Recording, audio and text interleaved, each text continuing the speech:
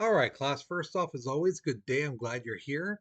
So today we're going to be looking at the weapons used in World War One. We're going to look at the tactics used in World War One, how they changed from the previous wars in the past to the new World War One.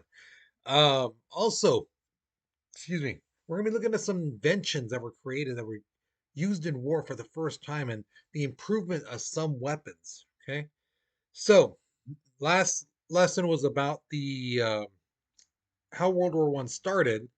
Today, again, we're looking at the weapons. But first, here's your warm up picture. Now, if you look at all these guys, they're looking at a particular person in the corner, the big hand pointing. If you notice that point, that finger, that big old hand is pointing at where it says the death or the peace of Europe. And if you look, there's a like a knife right in its chest. Okay. Now, based off this picture, who do you think this artist is blaming for the death of Europe? And each person, the smaller person, has a little tag on them that tells you which country they're from. So look at the picture.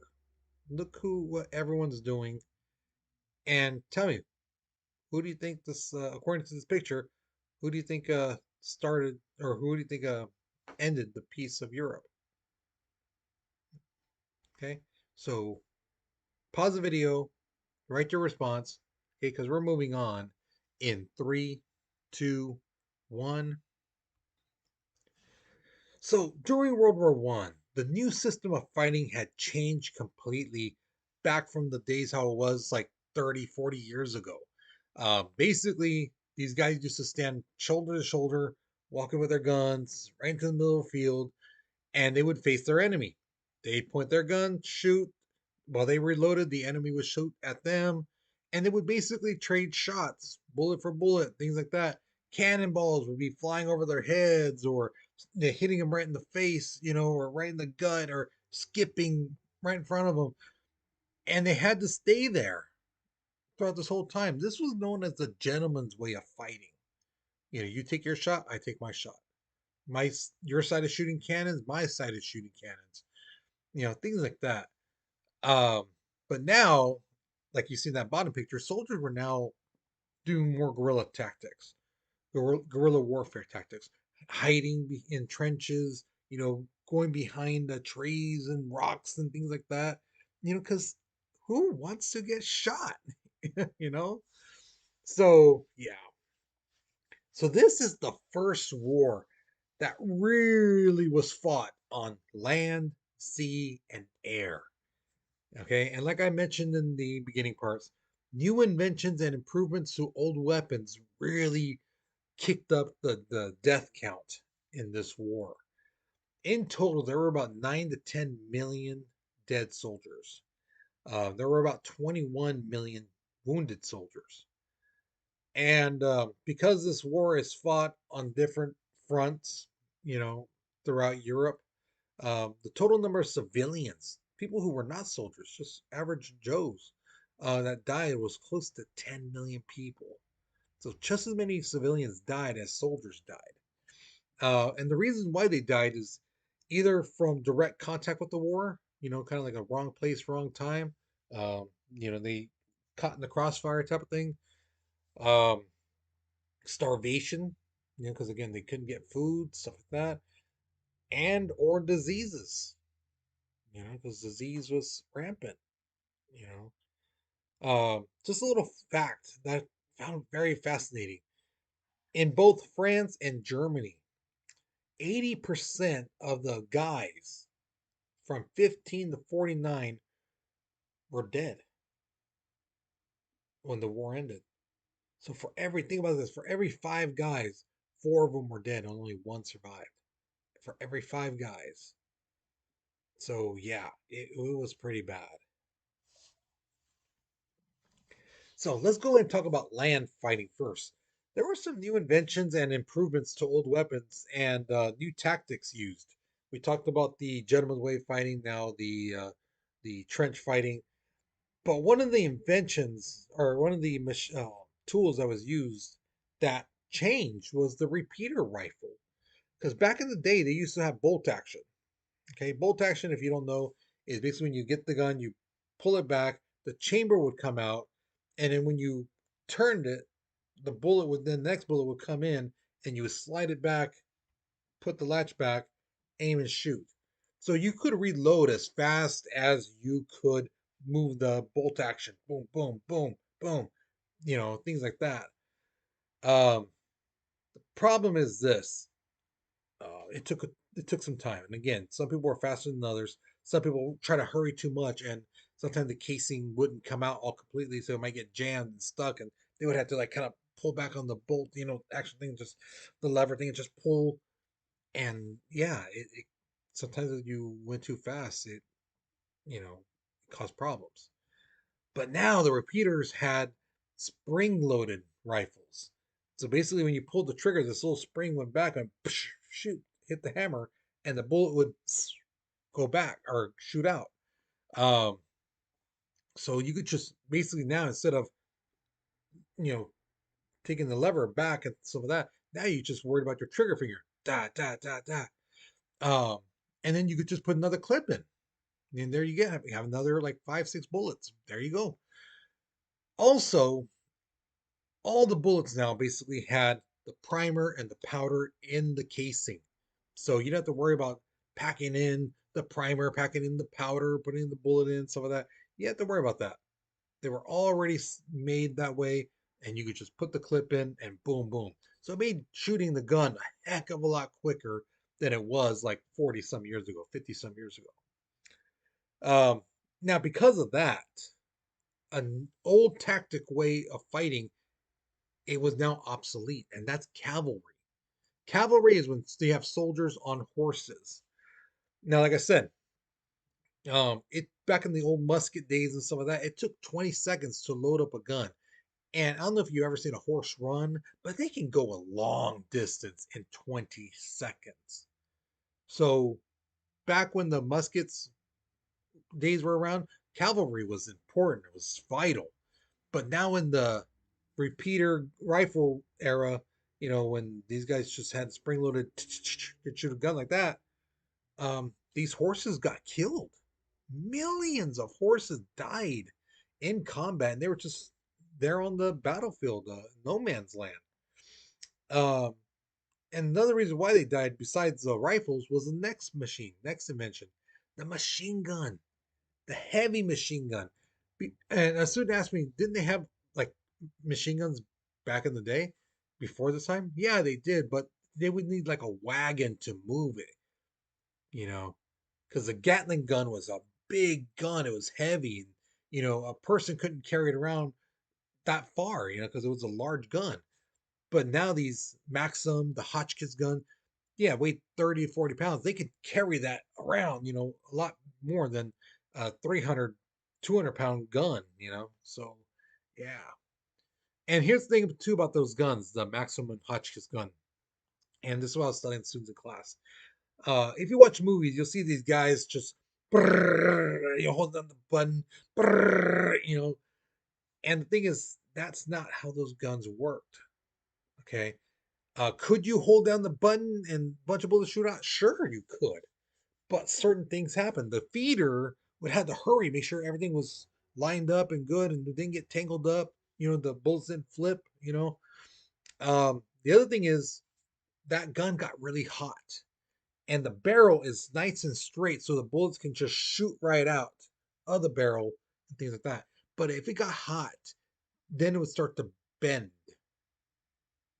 And if the chamber is not straight and bends, bullets get jammed, and the gun is basically useless now. You know, so the way they shot these guns were in short bursts, just brr, brr, brr, short bursts. That's how you use that type of gun. And short burst is actually even better because it made it more accurate because you only have to hold it really tight and steady for a short time, as opposed to holding it down and brrr, and the gun would just shoot. You're basically spraying, praying everywhere. Okay. The next thing was chemical weapons. Now, this is the first time in world history that chemical weapons are being used. Do not I repeat, do not confuse chemical weapons with biological. They're totally different. The first biological weapon was used by the Tartars in the Dark Ages when they sent bodies that had the plague over walls on catapults. Okay, that's technically biological weapons. This is chemicals. They mix things. Okay. One of the first ones was the Difosgen. It's a colorless organic compound.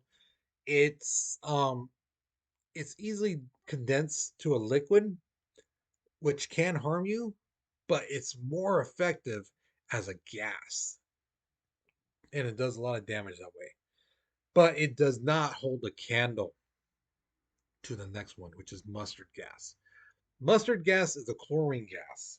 It's about 2.5 times denser than air, so you could actually like see it coming, moving. Could you outrun it? Sure, you could outrun it. You would have to really run, but you could, because it's pretty dense and heavy. Um, it was green in color. Sometimes it spread out too much, really thin. It kind of gave off a yellowish color. Uh, and the thing is, those people, those soldier who survived the mustard gas, they actually like breathed it in and survived. They said it had a weird mix of like pineapple and fresh ground pepper.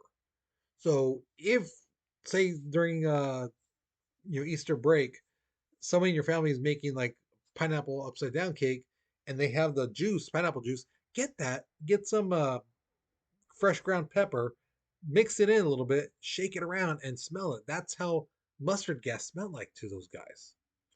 Now, why was it so bad? Why was it so, why did it kill so many people? Because basically what it did is once you breathed it in, you know, uh, basically it took the water in your body, which is like 90 some percent of it, it would have your lungs fill up with water. So your body is basically drowning in the water that your body has, it's producing.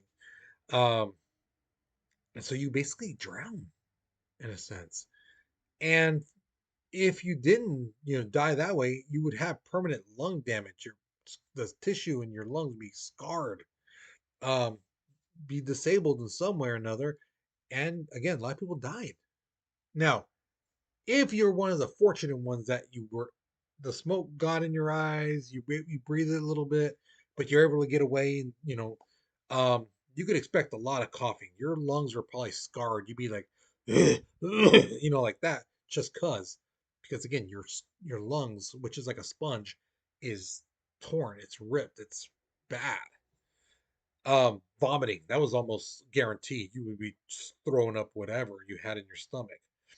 And of course, eye irritation or blindness, temporary blindness. Um, Hitler got mustard gas in his face and he went temporarily blind. So that's why, like in World War II, when we get to that part, you're going to notice the Nazis never used mustard gas against the Allies. Why? Because Hitler experienced it and he realized this is bad stuff. So a man who basically ordered the death of 6 million people saying that this thing is bad, that should tell you that's bad. Okay. Now, there were some other guns that were very, very impressive. The artillery guns. Some had like this French 75 millimeter field gun was not bad at all. It could shoot a projectile a good mile or two, and yeah, no problem. But then you had something like that top picture right there, the Big Bertha, 400 millimeter gun. It could shoot like basically 1,500 pound item, whatever it may be, 6 miles away. That's impressive.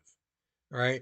Now, the only thing I say about like with World War I movies and stuff like that is they usually have these guns like right behind the front line and things like that. Now, these guns were way in the back, and they shot it out. They would say, hey, you need to send it out like 5 miles, and they would do the mathematics and be like, okay, we need to angle it this much, things like that, and just shoot it off.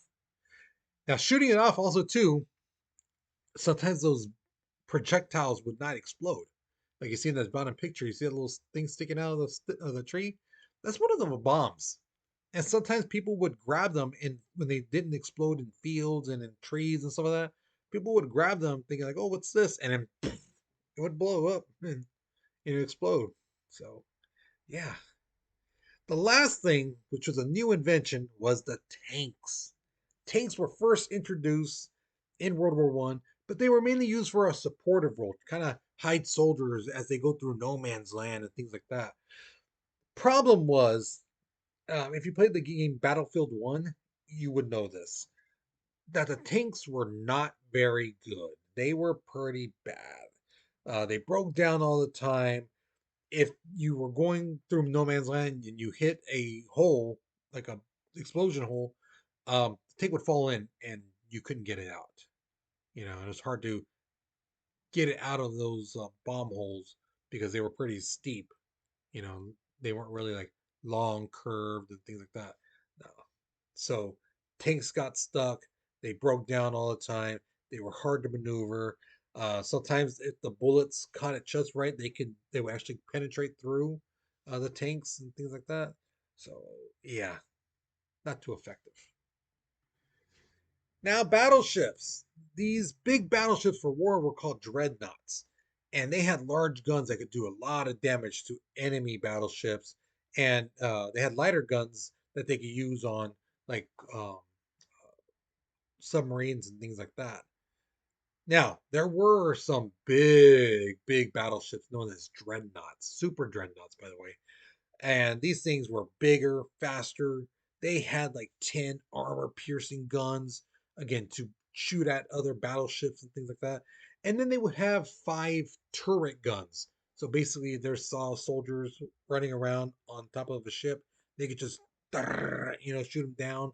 If they saw a submarine in the distance, they could shoot at it, things like that. Now, speaking of submarines, the most famous and best submarines were actually the German submarines. These were U boats. And one thing you have to acknowledge, because again, you have to give credit where credit is due. And German people, they are phenomenal engineers and they know how to build machines. And their U boats were amazing. And the U boats right there, you see on that top picture right there, that's a U boat. Um, in total, during the war, they sank 6,394 ships, military ships, cargo ships, passenger ships, civilian ships, didn't matter. They were sinking everyone. They owned the seas. And in total, they only lost 229 ships. Now, I said it in class and I verified my numbers. And I would say, basically that's one. They would lose one submarine for every 28 um, submarines or other ships that they would sink. And I checked my number as, yeah, basically 28. It was 27.9. Okay, so for if you play video games, you know that kill death ratio. Basically, for every one death, they killed 28 or shot down, sank 28 ships. That's not bad. Okay. Now, a student some years ago asked me, well, why did they use torpedoes against these submarines? Here's the problem with the torpedoes back then. They weren't good. Okay, some torpedoes exploded before they hit their target. Some torpedoes would go right and hit the submarine and they wouldn't explode. Sometimes they actually like broke up into pieces, you know. Um, so yeah, some the torpedoes were not very good, weren't very accurate. So what they do, they use depth charges, which are basically this barrel full of explosives, and they would have a gear on top of it. So they would turn the knob and set it at a certain number of feet. Okay, so it'd say like, oh, they want to drop the barrel to explode at 100 feet under the water, 100 or 150 feet. They would turn the wheel until it said like 150, and then they would throw it overboard. And once the barrel would get down to that depth, it would explode. Now, how did they know it would explode at that many feet? Basically, they use hydrostatic pressure. I don't know if you know this or not, but as you go deeper into the water, the pressure from the water it actually crushes boats like submarines and things like that. That's why if you go down too low, it will collapse a submarine. You know, it will crush it. And yeah, that's why those ships that go down to the bottom of the ocean to see the Titanic or see, strange animals, they have special glass and they're specially made. And that's why they can only fit like three people in there, because again, it has to be able to withstand the pressure of the water in the ocean. Now let's talk about the air. Military aircrafts at first weren't that great. They weren't flyable. Some of the stuff I read was like, if you look at the bottom picture of that plane, they would put these heavy machine guns on there, and because of the weight of it, it would make the front really top heavy, so the plane really couldn't fly that well. It would just, again, the front part was really heavy, so they had to find a way to counterbalance it to make the weight distribution even, so that the plane could get in the air, it could maneuver without being like, oh, you leaned one over side too much, and now it's toppling over. Okay, the best pilots were known as aces. Okay, if you watch old movies and stuff like that, you'll hear people say that you're aces, kid. That's what they're referring to, that type of stuff. A lot of pilots were nicknamed Knights of the Sky. Now, of all the pilots during World War One, there's one dude who was above all, and that was the Red Baron. And that's a picture of him you see up on top there. Okay. And no, not the pizza dude. That's not the real guy. This picture is the real guy. Okay. The British people, they nicknamed him the Red Knight. The French people called him the Red Devil. But his real name was Manfred von Richthofen. Okay. Now he had 80 confirmed kills. A student some years ago was telling me, like, oh, he could have just made that number up. Here's the thing. Both the British, the French, the Russians, everyone who was in the air basically confirmed that too. They're like, yeah, he shot down like 20 of our people, 40 of these guys people, another 20 of these guys people, so yeah, the numbers are solid and it's accurate. So yeah, there were squadrons of planes, people, pilots who did not even get to 80. And this guy by himself takes down 80 planes. So you could tell he had skill.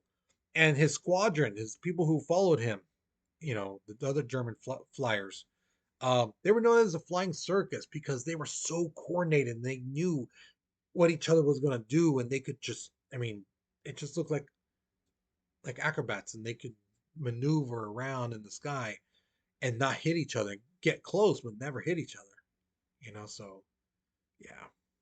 The last thing was a Zeppelin, which is basically a blimp. Okay. Uh, and these things were used for long range bombing missions. The thing is, though, the difference between the plane like that you see on the bottom and a blimp is that these blimps can go to an altitude higher than the planes could go. Because you have to remember, these planes, they didn't have those air masks, stuff like that. So if the plane went way too high, in the sky, the air is thinner. So a person who's a pilot going too high, they can't breathe. It's like I can't breathe, and they could probably take a deep breath and barely get a little bit of air because the air is thinner up there. Whereas a blimp, it's more closed off, so the air is trapped inside. The pressure inside keeps the air nice and good.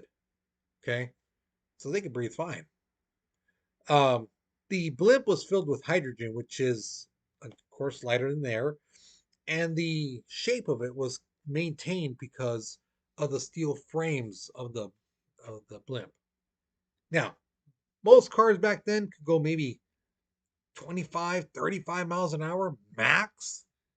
These Zeppelin planes, because they were lighter than air, right, filled with hydrogen, way up in the altitude where the air was thin, they could really pick up speed and they could go as fast as 85 miles an hour carrying 2 tons of bombs.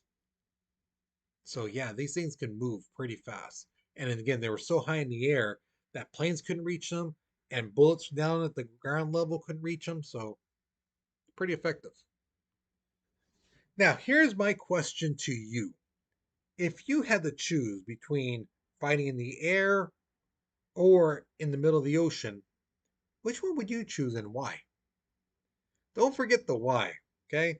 So, which one would you choose? Now, I've had students say both sides. I've had students say, I would rather fight in the middle of the ocean, because if my ship sink, at least I could swim. Yeah, but you're in the middle of the ocean, and remember, that water is freezing cold, you know? So, how long do you think you'd last? And who knows when the next ship's going to come by, you know?